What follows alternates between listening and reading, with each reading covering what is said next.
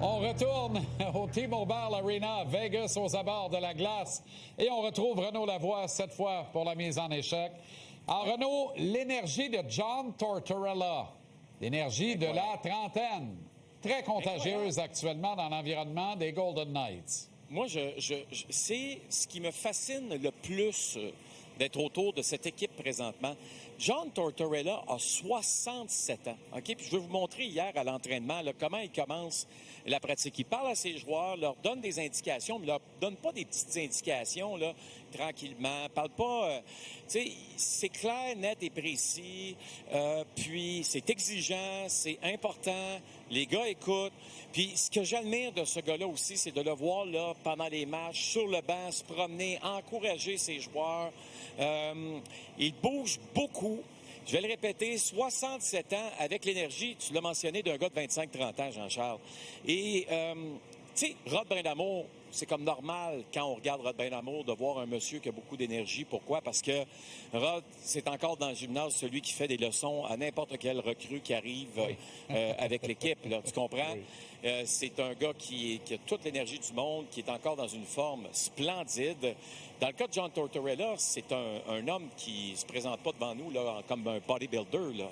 Il se présente devant nous comme un homme qui a 67 ans, qui a sa ferme avec ses animaux, puis il s'occupe des chevaux, puis il s'occupe des animaux comme ça qui sont délaissés. Alors, la famille s'en occupe avec lui, etc. Donc, c'est une autre philosophie, mais écoute, j'ai fait plusieurs entrevues avec lui là, au cours des derniers jours, puis il parlait de sa passion, de son énergie, puis du bonheur qu'il avait à être dans une chambre de hockey derrière un banc présentement. Je vais te dire une chose, ça paraît, puis pas à peu près. Je vais te dire une affaire. S'il gagne la finale, là, ça va être quoi la suite pour Torts? 3 ans. 3 ans, 5 millions par année avec les Golden Knights. C'est ça. Bonsoir, bonne nuit. Vraie retraite à 70 ans, puis amenez-en des chevaux maganés, ont de l'argent pour les nourrir, ont de la moulée en masse. Exactement. C'est un homme qui a un très, très, très grand cœur, John Pour ne pas Tortorella. dire du foin, là, évidemment, vous l'aviez compris. Ouais. Quand on parle de cette énergie contagieuse, le premier impact est probablement sur le capitaine Mark Stone, grande inspiration des siens. Mais y a-t-il une mouche qui a piqué Stone? La mouche s'appelle John Tortorella. Parce que Mark Stone, après le dernier match, je lui pose la question, Seigneur du bon Dieu, qu'est-ce qui s'est passé ce soir? Tu es sorti comme un lion, là, qu'on ouvre la cage, là, puis le lion sort de la cage, il est enragé. Écoute, on a eu de la difficulté, je pense, ici, à comptabiliser avec justesse toutes ces mises en échec. On dit qu'il y en a eu 4 au total. Je dirais qu'il y en a eu 4 en première période, mais ils n'ont pas été comptabilisés les 4. Il y en a eu 3. Il était vraiment comme un joueur en mission qui voulait donner le rythme, le tempo. Et il a crédité qui? Son entraîneur John Tortorella dans l'entrevue en disant « Il m'a parlé avant le match, puis ça m'a mis le feu. C'est grâce à lui que j'ai sorti de cette façon-là. » Alors, j'ai vu ce soir John Tortorella, je lui ai posé la question « Qu'est-ce que tu lui as dit? » Je te dirais pas ce que je lui ai dit, mais ce que je peux te dire sur l'homme, par contre. Il a l'air d'un homme des cavernes, d'une certaine façon. Là, pas beaucoup de cheveux sur la tête. Puis il tient son bâton là, comme ça. Là, puis il te regarde, puis il est gros, puis il est imposant. Mais il dit, de tous les joueurs qui ont le plus d'impact sur moi depuis mon arrivée ici avec les Golden Knights, c'est Mark Stone. J'ai découvert un joueur, premièrement, un très grand leader, un rassembleur, mais j'ai découvert un joueur qui, au départ, quand tu le vois sur la patinoire, tu te dis, voyons donc, il va avoir de la misère à réaliser des grandes choses, lui, puis il dit, il trouve toujours une façon. Il dit, peu importe son état de santé, etc., comment il se sent, il trouve des façons de faire la différence dans des matchs qui sont importants, comme ce fut le cas dans la dernière rencontre. Pourquoi? Parce que quand, là, tu frappes toujours l'adversaire, de la façon dont il frappe l'adversaire, ça doit être tannant, pas juste un peu. Alors, ça fait en sorte que, selon John Tortorella, son capitaine facilite la tâche. Mais imagine, je te parlais de John Tortorella tantôt, un monsieur 67 ans qui a encore eu l'énergie d'un gars, on disait 25-30 ans, qui est capable de regarder Mark Stone dans les yeux avant un match puis de le pomper à un point tel qu'il va connaître son meilleur match de série. Ça, je vais dire de quoi, là, c'est une forme de respect envers l'entraîneur et ça veut surtout dire que l'entraîneur sait comment ça marche.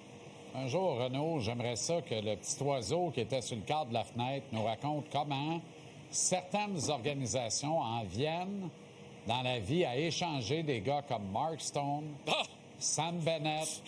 Tu sais, comment t'arrives à dire « Ben, échanger ce gars-là, moi? » Bien, dans le cas de Mark Stone, c'est qu'il y avait une évidence qu'il ne voulait plus jouer pour les Sénateurs d'Ottawa. Ça semblait clair pour tout le monde. Dans le cas de Sam Bennett, c'est pire. C'est pas parce que Sam Bennett ne voulait pas jouer pour les Flames de Calgary. On l'a mis sur un 4e trio pendant la division canadienne. Sam Bennett sur la 4. Ouais. T'es pas assez bon pour nous autres, gars. Va jouer sur la 4.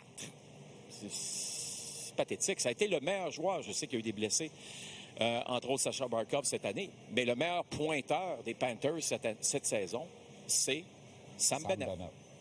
Pour la deuxième fois en 2 semaines, Renaud, tu veux me parler de NBA. Là, honnêtement, là, j'en ai la berlue. Bien, moi aussi, j'en ai la berlue et je suis tellement heureux parce que cette finale de la NBA est tellement relevée.